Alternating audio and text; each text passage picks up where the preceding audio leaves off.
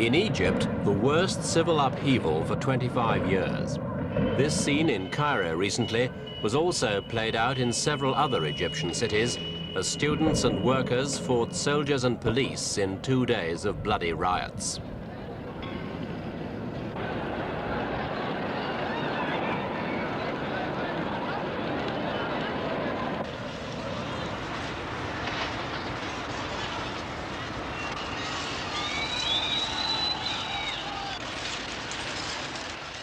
When the smoke cleared, over 70 were dead, hundreds injured, and more than 1,000 arrested. The disturbances began when the government announced its intention to cut back food and fuel subsidies, a move that would have raised the prices of some basic necessities by 50%. The protests soon took on a rich versus poor character, with bands of peasants and low-paid workers attacking Cairo's most obvious symbols of wealth: the luxurious night spots along the capital's so-called Las Vegas Strip near the Giza pyramids. Some clubs were totally wrecked.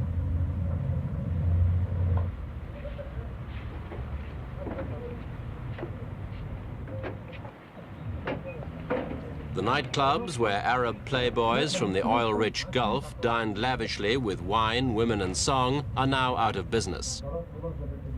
And among the ashes is the unmistakable message for President Sadat that life, for most of his people, is anything but a cabaret. Shaken, the president responded to the crisis by immediately rescinding the price increases. But though this calmed the situation on the streets, it weakened the government's resolve to come to grips with Egypt's fundamental economic problems. For the price increases had been among the conditions demanded by the International Monetary Fund for granting Egypt a $300 million loan. With all prospect of the loan gone, the government now has no alternative but to ask the wealthy Arab states to supply yet more money to cover Egypt's staggering debts. When President Sadat came to power over 6 years ago, he promised Egyptians a better deal, a new life in a modern state, an end to many of the old practices that stood in the way of progress and helped to keep the mass of fellahin, or peasant farmers, in a state of permanent poverty. It was a promise repeated after the sacrifices made during the 1973 war. The recent riots, certainly the worst, but by no means the first to occur under Sadat, show that even the legendary patience of the Egyptian laborer is now wearing thin. The burdens have been too heavy for too long to be carried much further.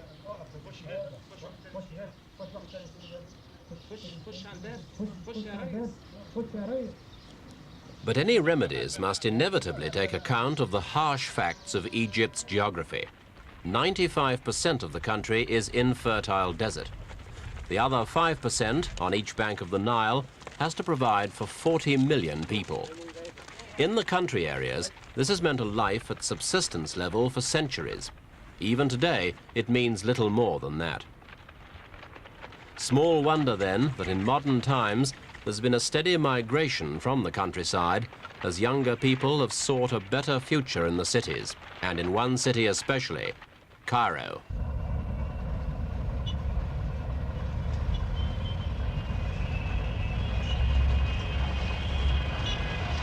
Egypt's capital is bursting at the seams and for years has lived dangerously close to the point of economic collapse. Nearly 10 million people live in the city and its suburbs. That's a quarter of the country's entire population. And it's been estimated that 100,000 newcomers arrive from the countryside every year. If they're lucky, they survive by trading in anything that's saleable. Cairo already has over 500,000 peddlers on its streets, competing in a babel of noise and confusion.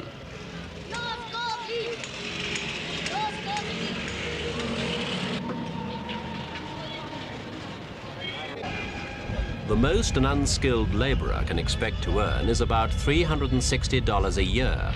That's less than half a civil servant's pay and less than a third of a skilled industrial worker or craftsman. In actual money terms, it's twice the income of a country peasant. But here in the city, its real value is tempered by an annual inflation rate of more than 20%.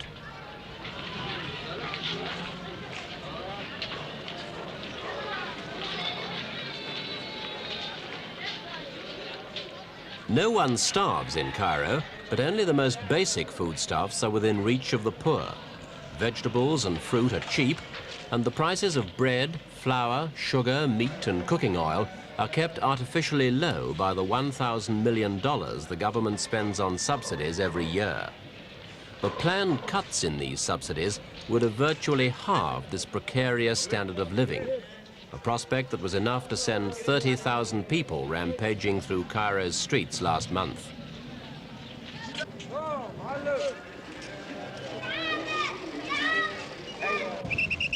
Life in Cairo is made no easier by the chronic inefficiency of many public services, which just can't cope with the pressures put upon them.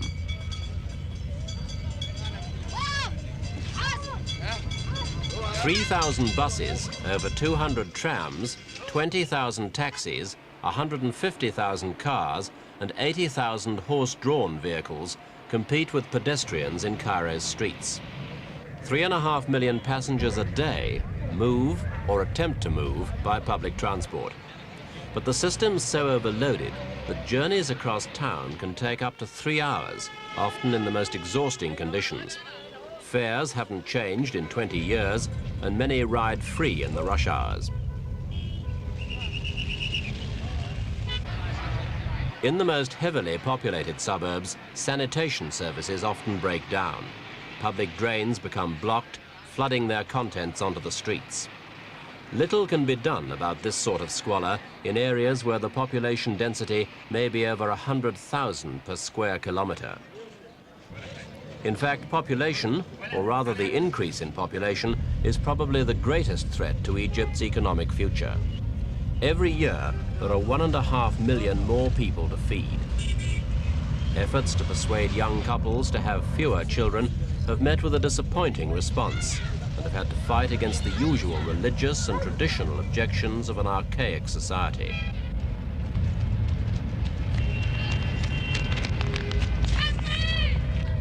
Housing is another area of desperate need. Many people in Cairo live not in houses, but on top of them, camping out in makeshift shacks on the roofs of office blocks in the city's center and in much worse conditions in the suburbs. Only wealthy foreigners can now afford to rent furnished apartments at $500 a month. Unfurnished premises are supposed to be $25 to $50 a month, but landlords nearly always insist on being paid under-the-table key money that could amount to anything between $5,000 and $10,000.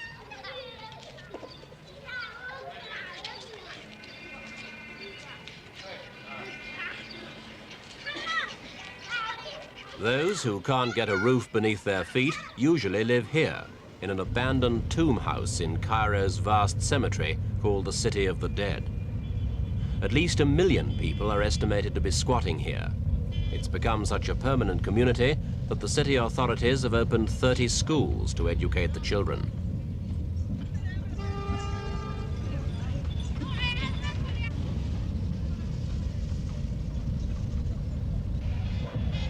What political impact the riots and the problems that underlie them will have is difficult to forecast, especially as the political framework of Egypt is itself in transition.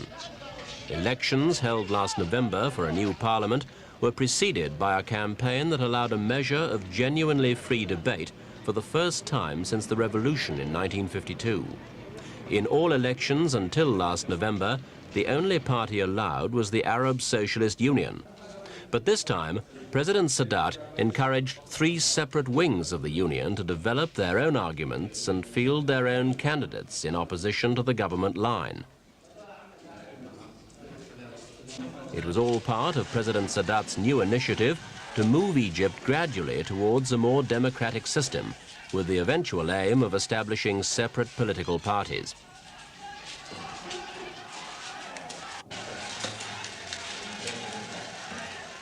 Though the president's faction won an overwhelming majority in the new assembly, his gesture met with popular approval. Some political observers saw in it a shrewd appreciation that Egypt needed some kind of political safety valve through which grievances could be channeled and tensions released. In agreeing to the system and supporting political evolution, the president was seen as protecting his own position from the possibility, however remote, of revolution.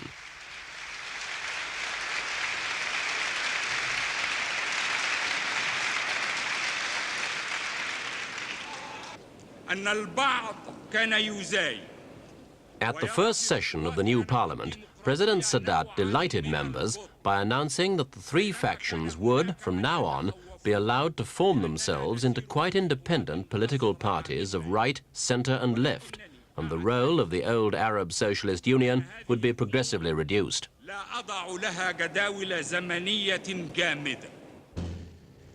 These new political developments represent yet another departure from the policies of President Nasser, whose tomb in Cairo is still a place of pilgrimage for most Egyptians. Nasser was a heroic figure who had a special rapport with Egypt's masses. President Sadat cannot match his popular appeal. And though he still pays lip service to the dead leader's memory, he's nevertheless reversed many of his predecessor's policies. Many demonstrators in the latest riots chanted Nasser's name as they put buses and buildings to the torch. A nationalist, a socialist, the father of the revolution, Nasser was invoked as the real protector of Egypt's downtrodden and underprivileged.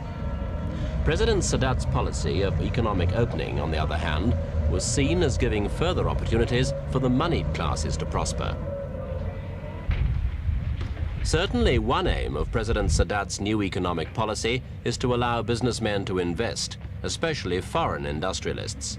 Over 20 international oil companies, for example, are planning to spend $500 million in the next 8 years to see if Egypt can be brought into the big league of oil exporters.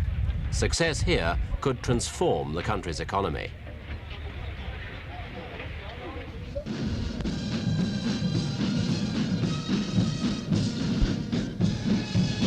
But overshadowing these issues is the biggest question of all. Will Egypt have peace? President Sadat himself has said that 1977 will be the crucial year, the year in which some major diplomatic breakthrough is needed. He's working for a new Geneva conference and a settlement that will allow him to take the economy off the war footing it's been on for the last 10 years. Egypt spends a third of its budget on defense, an 850,000-man standing army equipped with sophisticated missiles and equipment that have yet to be paid for.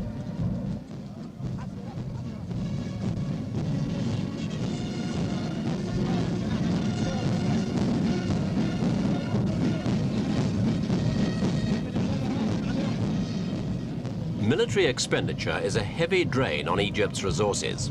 If President Sadat achieves a settlement, he might have a real chance to improve the economy and restore his prestige.